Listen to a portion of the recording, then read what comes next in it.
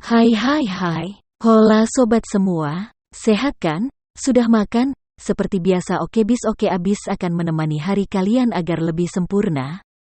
Hari ini Okebis akan melanjutkan cerita dari novel Menantu yang Diremehkan.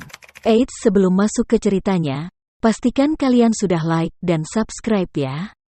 Yuk langsung saja ke ceritanya. Cekidot. Saat itu, ketika dokter sedang mencari pendapat Ito sedikit ragu. Dia juga dianggap sebagai pahlawan yang berani dan berpengetahuan luas, mampu menilai dengan jelas situasi yang dia hadapi pada saat kritis. Menurutnya, merupakan berkah bisa menyelamatkan nyawanya. Jika dia tidak mau menerima amputasi dan terus menunda, dia mungkin akan mati karenanya. Baginya, kecuali putrinya, tidak ada yang lebih penting. Situasi Tanaka hampir persis sama dengan Ito. Dia juga menjalani amputasi kedua kaki di bawah lutut dan memulihkan nyawanya. Saat ini, dia sedang memulihkan diri di bangsal berikutnya. Nanako tidak tahu bahwa ayahnya telah diamputasi, dan bertanya dengan tidak sabar, "Ayah, kamu baik-baik saja?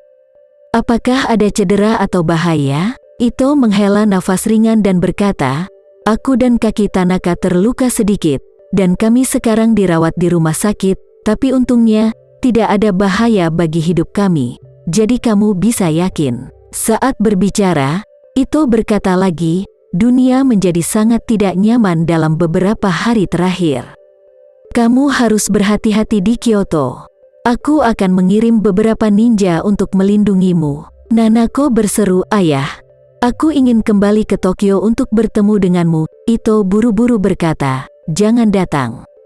Tokyo sangat kacau sekarang. Hanya dalam 1 atau 2 hari, terlalu banyak orang yang meninggal. Selain itu, kamu sakit, kamu harus istirahat di Kyoto." Nanako buru-buru berkata, "Ayahku, lukaku sudah sembuh. Jangan khawatir, aku akan buru-buru ke Tokyo untuk menjagamu secepat mungkin." Secara alami, Ito Yuhiko tidak percaya bahwa luka putrinya akan sembuh, dan secara alami berpikir bahwa Nanako hanya menghiburnya. Oleh karena itu, dia berkata kepada Nanako dengan nada serius, "Nanako, kamu harus mendengarkanku, tetaplah di Kyoto dengan jujur, jangan kemana-mana, apalagi datang ke Tokyo." Apalagi yang ingin Nanako katakan?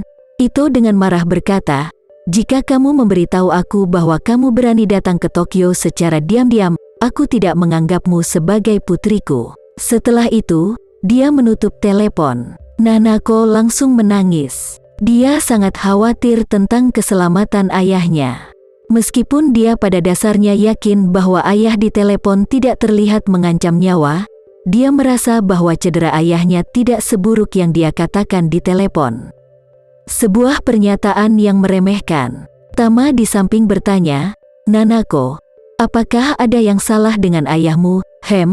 Ayah." Nanako mengangguk sambil menangis, dan berkata, "Ayahku menelepon dan mengatakan bahwa dia diburu dan sekarang dia di rumah sakit." Setelah berbicara, dia melihat ke arah Tama dan tersedak, "Tama, aku sangat khawatir." Tama tidak bisa membantu tetapi dihibur.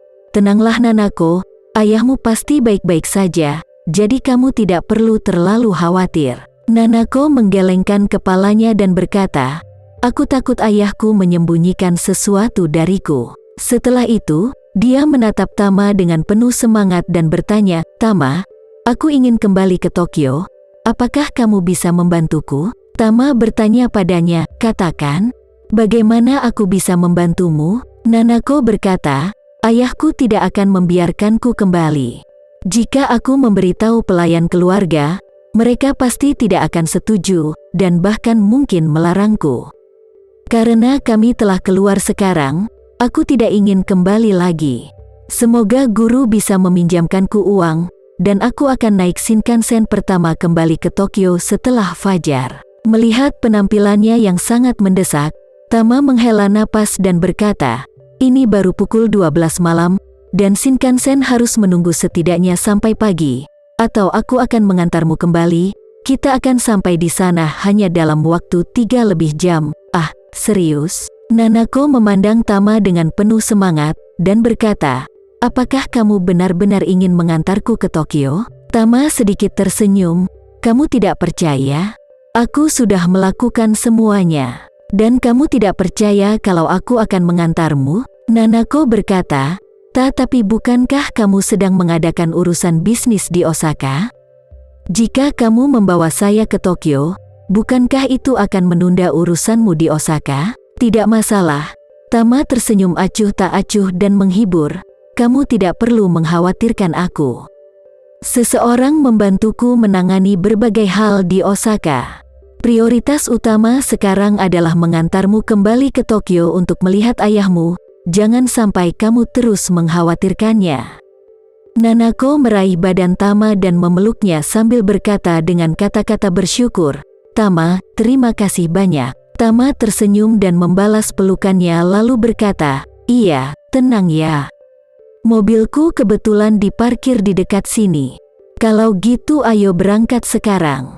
Kemudian keduanya saling melepaskan pelukan. Baik, Nanako mengangguk berulang kali, dan matanya dipenuhi rasa terima kasih dan obsesi. Tama pada saat ini, di matanya, adalah pahlawan terkenal di dunia yang dikirim oleh surga untuk menyelamatkannya. Di tengah malam, Tama mengemudikan mobil, menggendong Nanako, dan berlari kembali ke Tokyo. Di tengah perjalanan, Devano menelepon Tama dan bertanya apakah dia sudah menyelesaikan pekerjaannya dan kapan dia akan kembali ke Osaka. Tama mengatakan kepadanya bahwa dia tidak akan dapat kembali untuk sementara waktu, dan bahwa dia tidak akan dapat kembali sampai besok. Devang tidak tahu apa yang salah dengan Tama, tetapi dia tahu bahwa Tama sangat kuat, dan tidak ada seorang pun di Jepang yang bisa mengancamnya, jadi dia lega. Nanako yang duduk di kopilot tampak gugup sepanjang jalan.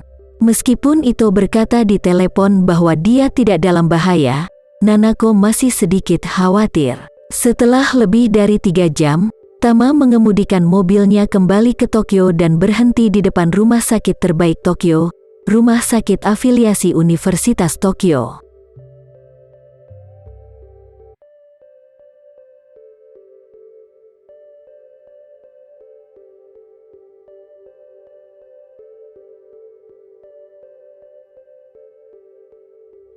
Terima kasih ya sobat semua.